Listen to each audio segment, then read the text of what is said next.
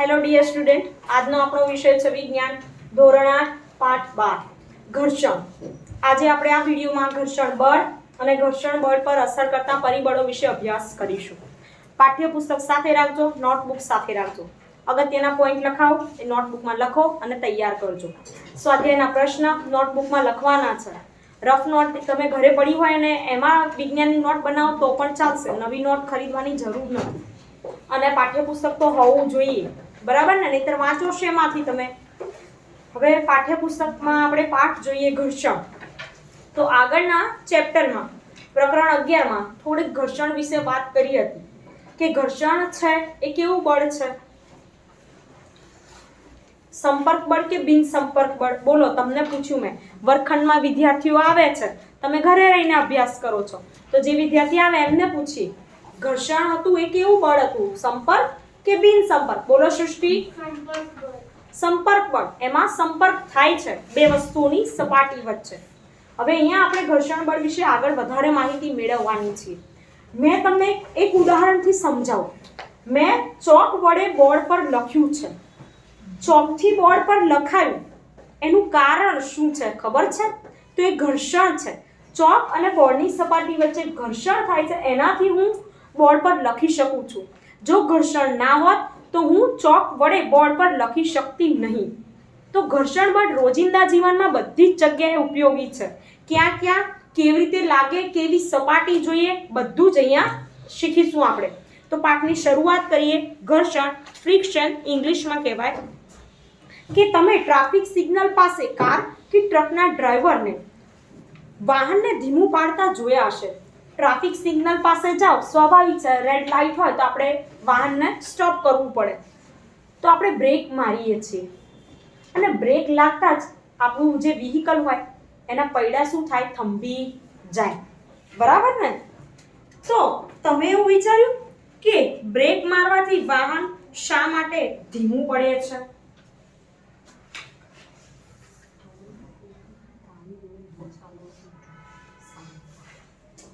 તમે એવું વિચાર્યું કે કેમ બ્રેક મારવાથી ધીમું પડે? કોઈને આઈડિયા છે? 8મા ધોરણમાં ભણો છો, સાયકલ પણ યુઝ કરો છો. બોલો દક્ષરા. ઘર્ષણ થાય છે એટલે. હા, ઘર્ષણ થાય, બરાબર. કોની કોની વચ્ચે? રોડ અને ટાયરના વચ્ચે. હે? રોડ અને ટાયર.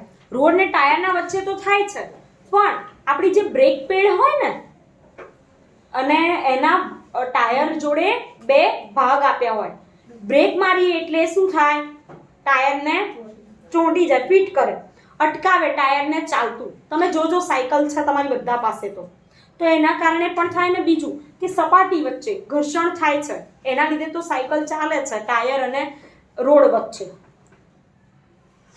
આગળ બીજી વાત કે જ્યારે બીજી વસ્તુની સપાટી પર ગતિ કરતી હોય ત્યારે બાહ્ય બળ લગાડ્યા વગર ધીમી પડે છે અને અંતે સ્થિર થઈ જાય છે. કોઈ પણ વસ્તુ હોય એ. તમે જમીન પર ગબડતો દડો જોયો છે. જમીન પર કોઈ દડો ગબડાઈએ આપણે અને ધીમે ધીમે એને ગબડવા દઈએ તો એક સમય એવો આવે કે જાતે જ બંધ થઈ જાય. કેમ? કારણ કે એની પર ઘર્ષણ બળ લાગે છે. આપણે હાથથી અટકાવતા નથી કે પગ નાખીને અટકાવતા નથી, એની જાતે જ ઘર્ષણ બળના કારણે એ અટકી જાય છે. આગળ, કોઈ લીસા કે ભીના ભોંયતળિયા પર ચાલવું શા માટે મુશ્કેલ છે? કેળાની છાલ મૂકી હોય તમારા પગ આગળ અને તમે એની પર પગ મૂકો તો શું થાય?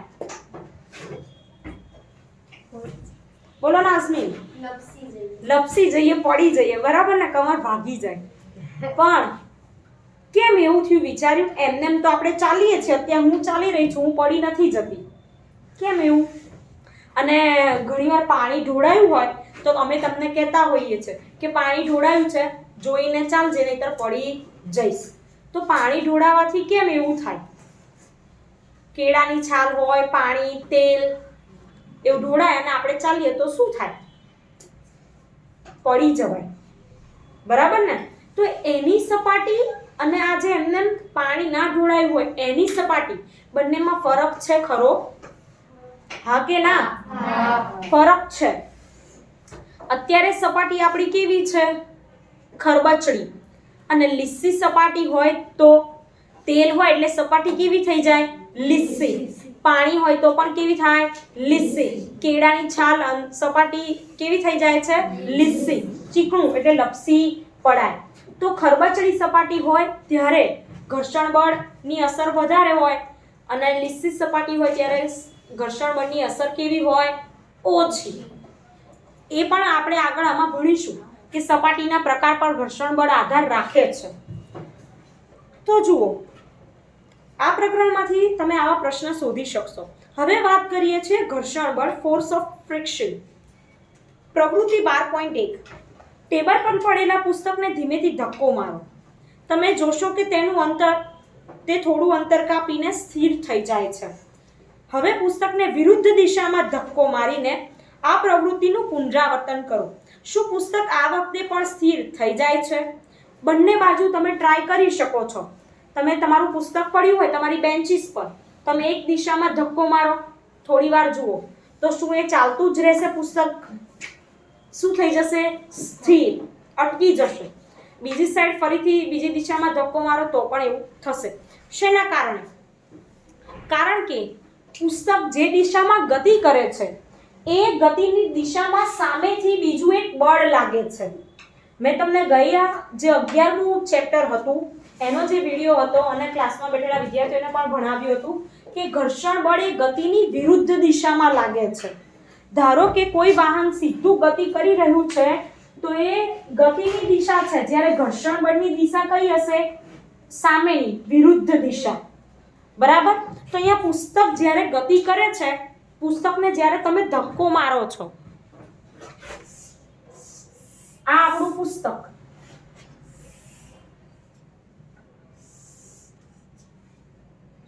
તમારા જેટલી આકૃતિ તો નથી આવતી ચિત્રમાં, પણ બનાવ્યું આપણું પુસ્તક. બરાબર?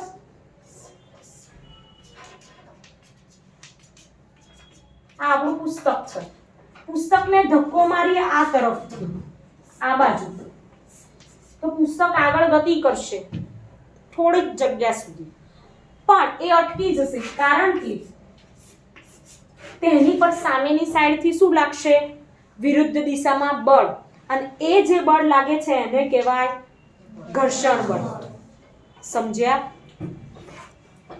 તો આ બળને ઘર્ષણ બળ કહે છે. ઘર્ષણ પુસ્તક અને સપાટી વચ્ચેની સાપેક્ષ ગતિનો વિરોધ કરે છે.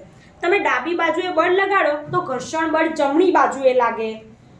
જો જમણી બાજુએ બળ લગાડો તો ઘર્ષણ બળ કઈ બાજુએ લાગે? ડાબી બાજુ. પ્રશ્ન પૂછાય તો આવડવો જોઈએ. ઘર્ષણ બળ ડાબી બાજુએ લાગે. બંને કિસ્સાઓમાં ઘર્ષણ બળ પુસ્તકની ગતિનો વિરોધ કરે છે. ઘર્ષણ બળ હંમેશા લગાડેલા બળનો વિરોધ કરે.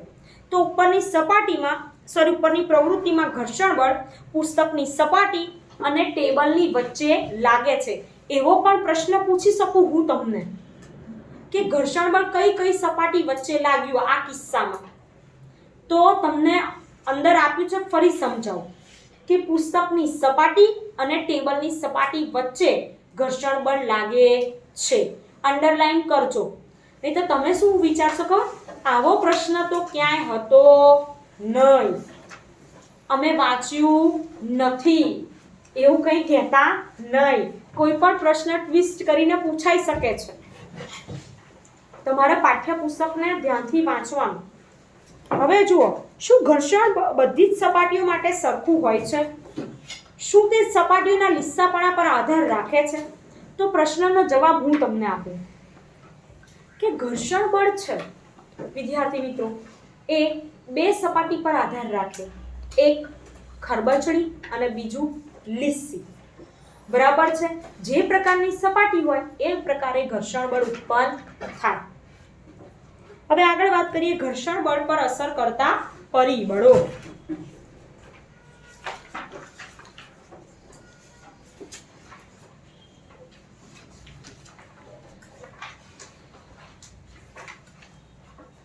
અને તમારે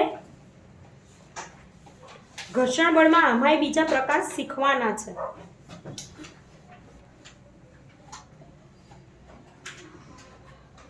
વ્યાખ્યા લખાઈ દો ફરીથી ઘર્ષણ બળની. આમ તો આગળના વિડીયોમાં લખાઈ હતી પણ ફરીથી લખાવું.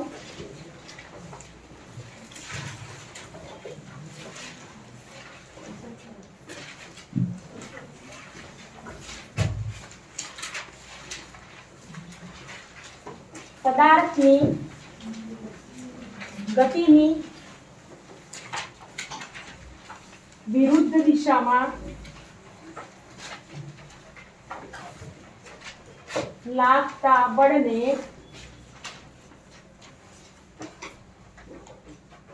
ઘર્ષણ બળ કહે છે.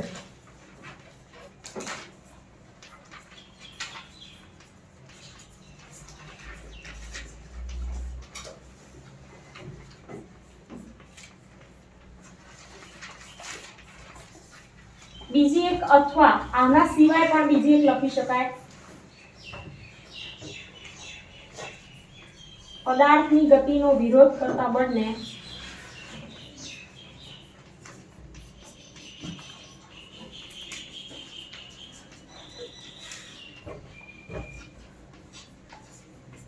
ઘર્ષણ બળ કહે છે.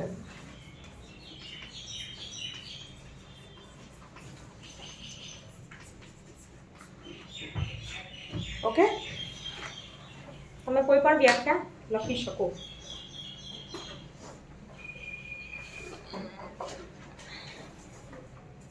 હવે આગળનો પોઈન્ટ,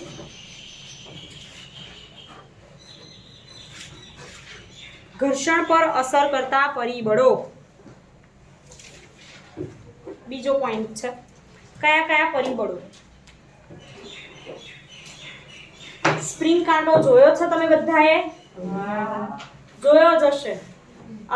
કરિયાણાની દુકાન હોય અથવા તો જે અનાજ માટેની દુકાન હોય, રાશન કાર્ડની, પછી માર્કેટિંગ યાર્ડ હોય, અથવા તો જે ખેતી કરતા હોય ને ખેતરમાં જ્યારે ઘઉં ડાંગર જેવા પાક લેવામાં આવે ત્યારે એને લેવા માટે જ્યારે સાધનો આવતા હોય અને કોથળા ભરાતા હોય ત્યારે પણ આવા સ્પ્રિંગ કાંટા હોય છે, જેનાથી શું થાય, વજન માપી શકાય કે કેટલું થયું. તો અહીંયા પ્રવૃત્તિ છે કે એક ઈંટની ફરતે એક દોરી બાંધો, સ્પ્રિંગ કાંટાથી મદદથી ઈંટને ખેંચો. આ માટે તમારે બળ લગાડવું પડશે. હવે સ્વાભાવિક છે, સ્પ્રિંગ કાંટો બાંધ્યો હોય, એક ઈંટ લેવાની અને ઈંટની જોડે સ્પ્રિંગ કાંટો બાંધવાનો અને પછી શું કરવાનું, ખેંચવાનું છે.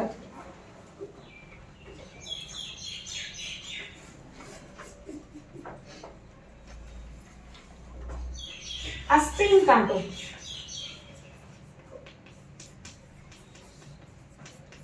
અને આ સામે ઈંટ છે.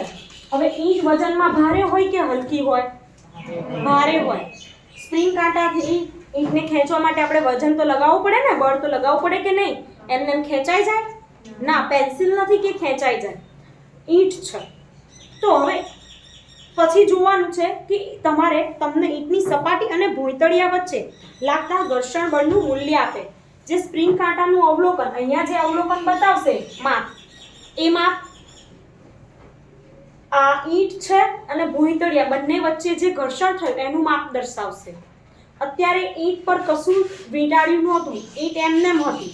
હવે એની બદલામાં પોલિથીનનો ટુકડો લેવાનો, આપણી જે પ્લાસ્ટિકની કોથળી આવે એને વીંટાળી દેવાની ઈંટ પર અને પછી સ્પ્રિંગ કાંટા વડે ખેંચવાની પ્રવૃત્તિ કરવાની. તો ઈંટ ખુલ્લી હતી ત્યારે એને ખેંચવામાં શું થતું હતું, વધારે અવલોકન મળશે. ખેંચીશું ત્યારે મૂલ્ય વધારે મળશે. પોલિથીન વીંટાળીશું એટલે સપાટી કેવી બની જશે, ઈંટની થોડી લીસી. બરાબર ને? પોલિથીન અને ઈંટની સપાટીમાં ફરક છે. કોથળી જોઈ છે બધાએ? હા, એટલે સરળતાથી ઓછા મૂલ્યથી, પહેલા ખેંચ્યું એના કરતાં ઓછા મૂલ્યથી ખેંચી શકાશે. અને ત્રીજું તો આપણે આ છે, ત્યારે અવલોકનોમાં તફાવત જોવાનો. હવે ત્રીજો પોઈન્ટ છે કે શણનો ટુકડો. કોથળો જોયો છે શણનો? આ ઘઉં ને ડાંગર ને પછી ગાયનો ખોળ જે આવે છે એ ભરવા માટે મોટા મોટા શણના કોથળા આવે. એ શણનો ટુકડો વીંટાળવાનો. હવે શણનો ટુકડો કેવો હોય, ખરબચડો કે લીસો? ખરબચડો. બરાબર ને? હવે એ વીંટાળીએ તો આપણે જે પોલિથીનની કોથળી લીધી હતી એમને ઈંટ લીધી હતી અને શણનો કોથળો લીધો હતો, એમાંથી સૌથી ઓછું મૂલ્ય શેમાં હશે? પોલિથીનની કોથળીમાં. ત્યારબાદ શેમાં હશે? ઈંટ અને છેલ્લે હશે શણનો ટુકડો વીંટાળેલી ઈંટ. સમજણ પડે છે? સપાટી જેટલી ખરબચડી હશે એટલું ઘર્ષણ બળ વધારે મૂલ્ય મળશે. સપાટી જેટલી લીસી હશે એટલું ઘર્ષણ બળનું મૂલ્ય કેવું? ઓછું. એટલું ઘર્ષણ બળ ઘટી જશે. તો અહીંયા આ પ્રવૃત્તિથી તમારે એ શીખવાનું છે. આપણે પ્રયોગ આવતા હતા પણ હમણાં કોરોનાને કારણે પ્રવૃત્તિ અને પ્રયોગ આવી રીતે જ સમજાવીએ છે. બાકી આપણે ઉપર લેબમાં જઈને પ્રયોગો કરાવતા હતા. બરાબર? ચલો હવે આ તો તમને સમજી ગયા. સ્પ્રિંગ કાંટાની વાત કરીએ કે સ્પ્રિંગ કાંટો શું છે. તો અહીંયા આકૃતિ આપી છે કે સ્પ્રિંગ કાંટો એ વસ્તુ પર લાગતા બળનું અનુમાન કરતું સાધન છે. કે વસ્તુ પર જે બળ લાગે છે એનું અનુમાન કરે. તેમાં એક સ્પ્રિંગ કોઇલ અંદર જે ઊંચું નીચું થાય, અંદર વજન માપવા માટે અહીંયા વચ્ચે પટ્ટી હોય છે, એની અંદર શું લગાવેલું હોય છે? સ્પ્રિંગ કોઇલ લગાવેલી હોય. એનાથી એ શું થાય? ઉપર નીચે ખેંચાય. આકૃતિ પાઠ્યપુસ્તકમાં છે, ગૂંચળું હોય છે, તેના પર બળ લગાડવાથી તે ખેંચાય. સ્પ્રિંગનું ખેંચાણ અંકિત કરેલા માપક્રમ પર સરકતા દર્શક દ્વારા માપી શકાય અને માપક્રમનું અવલોકન એ બળનું મૂલ્ય આપે છે. પ્રશ્ન પૂછાય સ્પ્રિંગ કાંટો શેનું મૂલ્ય આપે? તો અંડરલાઈન કરજો. બળનું મૂલ્ય લખવું હોય તો લખી લો નોટમાં કે સ્પ્રિંગ કાંટો એ બળનું મૂલ્ય આપે છે.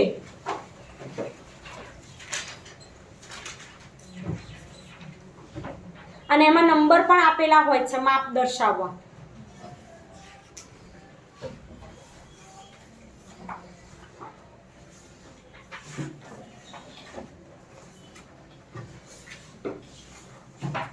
હવે આગળ જુઓ પ્રવૃત્તિ 12.3.